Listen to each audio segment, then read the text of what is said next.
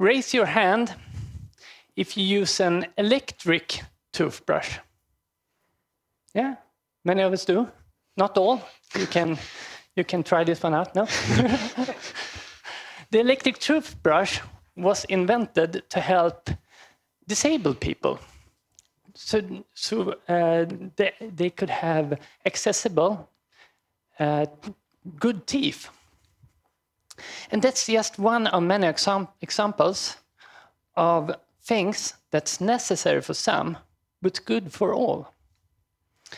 So, we have a firm belief that accessibility can help make people awesome.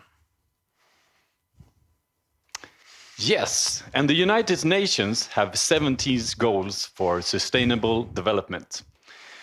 Number 10 talks about reduced inequalities, and Global Goal 10.3 affirms that we should ensure equal opportunity and reduce inequalities for outcome. So we're going to talk about accessibility, not just for the end users, but for the teams, for the workplace, for all of us, for the schools, for our communities. Because what's necessary for some is good for all. Let me introduce my Agile coffee friend, Niklas Fager Endrell. He's an IT manager at Arbetsförmedlingen. Yes. And let me introduce Jonas Palm. He's an Agile coach and change leader at MUM Consulting. Thank you. Yes, lovely audience. What proportion of the population in Sweden do you think has a permanent disability? Anyone? 20%, that's correct. It's 2 out of 10. And it could be hard to realize because actually 80% are hidden, can't be spotted. And one of them is me. I have a constant high tone since a few years back in my left ear. It's a mild form of tinnitus, and it affects me mostly in silence, but also maybe in a crowded conference area. Yeah. And another one of them is me. I have really, really bad eyesight. I see about 20%, and that is with glasses and on my best eye. It was kind of tricky to find a picture of me reading because I always tried really, really hard not to be that visually impaired guy, but I found one. I don't think I can spot any ink from the newspaper on my nose, but that's a problem for me, actually. I don't know how you see the world, but I imagine if you would see the world like me, you would see it something like this. Really, really blurry and with patchy loss of vision. So if I don't recognize you, or if I violate your personal space by standing too close to you in a conversation, I'm sorry. The individual ability is part of the equation. I have bad eyesight, that's just a fact, but it's not necessarily a problem. It can even be a strength. I think I'm a much better listener than I would have been otherwise. But of course, the situation can be a problem. And it's often the difference between being able and being disabled. Let's have a real-world example. Yes. Welcome to this meeting. We are going to talk about, read for yourselves. We have to take a quick decision on bullet number 3. Anyone against? No? No? Let's go for that. Okay. Disabilities comes in many forms and shapes. You can see it affects your motor skills, your sight, hearing, speech, or cognitive abilities.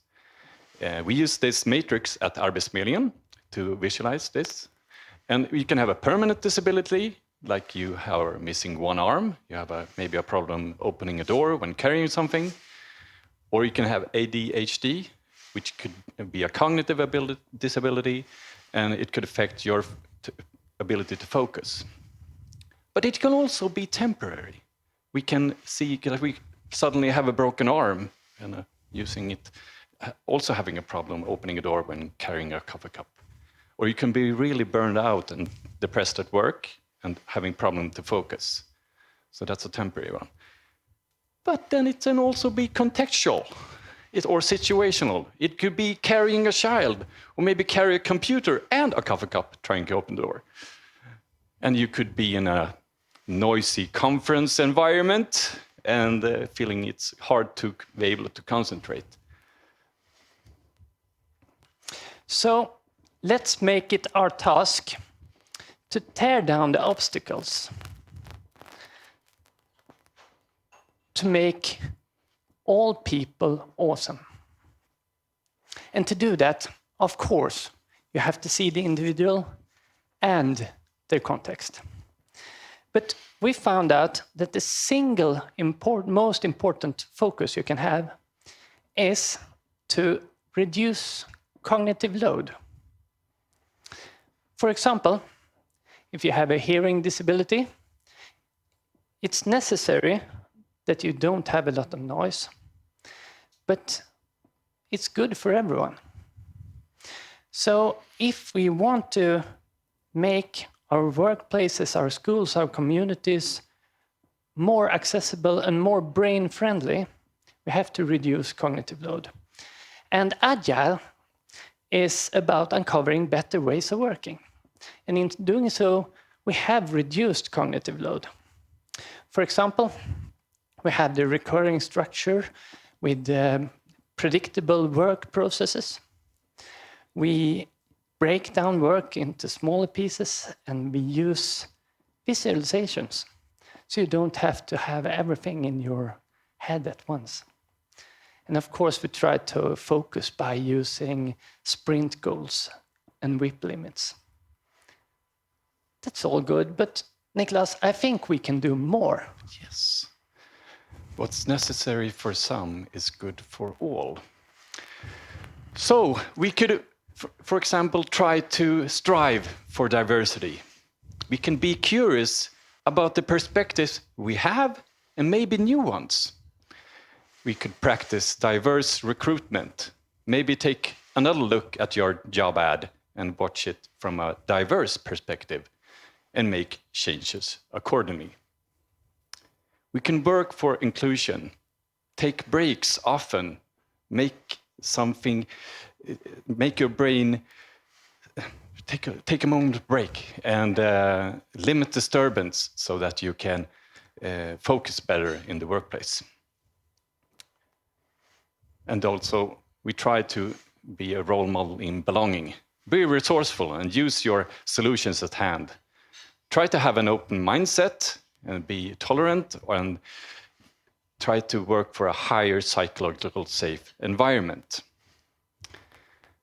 So, to summarize, like Murdo Myers once said,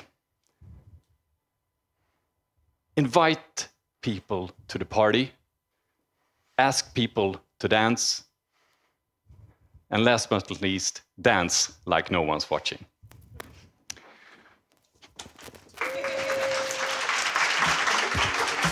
And what will you do, lovely audience, to reduce cognitive load and make all people awesome? Thank you. Now music.